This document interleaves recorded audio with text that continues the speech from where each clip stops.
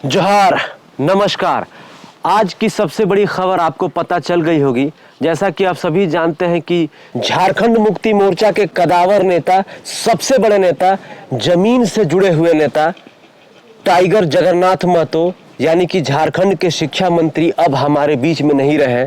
जैसा कि आप सभी जानते हैं कि वो पिछले कुछ समय से बीमार चल रहे थे और उनका इलाज जो है चेन्नई में चल रहा था। कोरोना के समय भी बीमार पड़े थे तो अपनी बीमारी को हरा कर वापस आए थे और फिर से जो है झारखंड में अपने पद पर बने हुए थे और लगातार काम कर रहे थे। लेकिन फाइनली जो है सबको इस दुनिया से छोड़ के जाना है। तो आज जो है, आज के दिन सुबह सुबह इलाज के दौरान जो है चेन्नई के अस्पताल में उनका निधन हो गया। ये झारखंडियों के लिए बहुत ही बड़ी खबर है, बहुत ही दुख भरी खबर है। मैं ये वीडियो इसलिए बना रहा हूँ क्योंकि मैं उनसे एक दो बार मिला हूँ, एक बार इंटरव्यू किया हूँ और ऐसे एक दो बार मिला हूँ। तो मैं उनके साथ जो मेरा अनुभव है मैं वो शेयर करना चाहता हूँ तमाम दर्शकों के साथ। शिक्षा मंत्री जगन्नाथ महतो 2019 में ये जो विधानसभा हुआ था, जब जेएमएम और कांग्रेस और आरजेडी की मिल के जब सरकार बनी थी, तब से वो शिक्षा मंत्री बने हुए थे। मैं लगभग 500-600 स्कूलों का रिपोर्टिंग दिखाया हूँ। जब कोरोना ख़त्म हुआ था उसके बाद से हम लोग रिपोर्टिंग करना शुरू किए। उस समय जो है स्कूलों की स्थिति बहुत जर्जर थी, बहुत ही बदहाल हुआ करता था।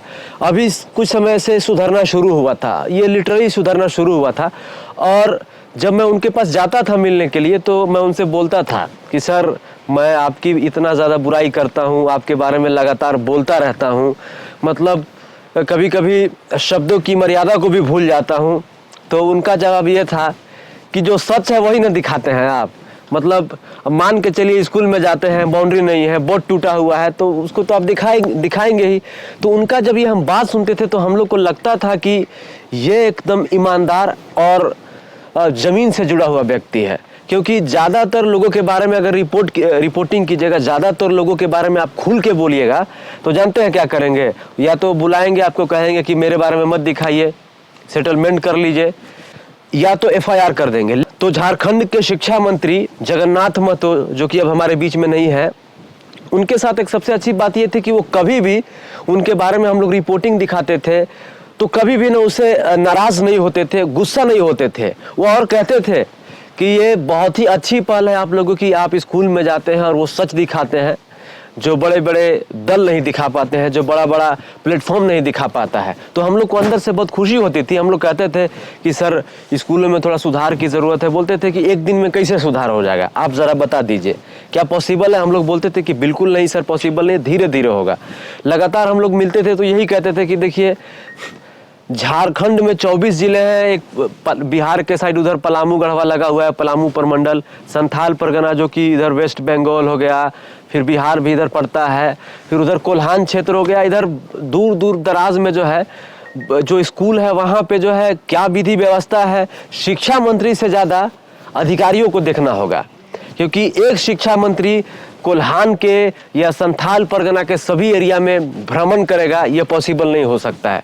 तो उनकी अच्छी बात ये थी कि वो जो है ना सच बोलते थे और बड़ी बेबाकी तरीके से बोलते थे। और उनका एक मन मोह लेने वाला बात ये लगता था कि जो सच है वो दिखाते हैं, इस पे एफआईआर करने की क्या ज़रूरत है, इस पे जो है नाराज़ होने की क्या ज़रूरत है। कभी कभी शिक्षक हमारे ऊपर नाराज़ हो जाते थे, कहीं लड़ाई झगड़ा हो जाती थी, तू तड़ाक हो जाता था, मुहा बकटी हो जाता था, लेकिन बोलते थे कि कोई अगर एफआईआर किया है, कोई समस्या है तो कहिए, स्कूल से रिलेटेड, हम उसको कहेंगे कि आप क्यों एफआईआर किए हैं, अगर यहाँ पर दिक्कत है तो दिखाया जा रहा है। और बहुत सारे लोग अभी एक उनका वीडियो पोस्ट किया है, लिखे कि जो है जाते जाते अच्छा काम करना चाहिए। तो देखिए, ऐसा भी नहीं कि उन्होंने लूटा है, कोई ख़राब काम किया है। एक छोटे से कार्यकाल में, क्योंकि अभी 3 साल 3.5 साल हुआ होगा उनको मंत्री बने हुए, शिक्षा मंत्री बने हुए, उस कार्यकाल में मुझे लगता है कि अभी जो है पिछले 4-5 महीने में सच में स्कूलों में काफ़ी सुधार हुआ, बहुत सुधार हुआ। स्कूलों का कलर बदल गया, बहुत जगह बाउंड्री वॉल हो गया, मतलब सुधार आ रहा है वो दिखाने से, क्योंकि बहुत जगह की चीज़ें पता नहीं होती थी। तो हम लोग टाइगर दादा को बहुत मिस करेंगे, टाइगर दादा हमें बहुत याद आएंगे।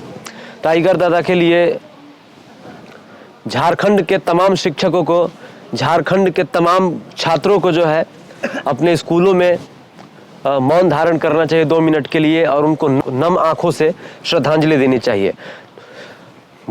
परमात्मा से विनती है कि टाइगर दादा की आत्मा को शांति प्रदान करे। जय हिंद, वंदे मातरम, जोहार झारखंड।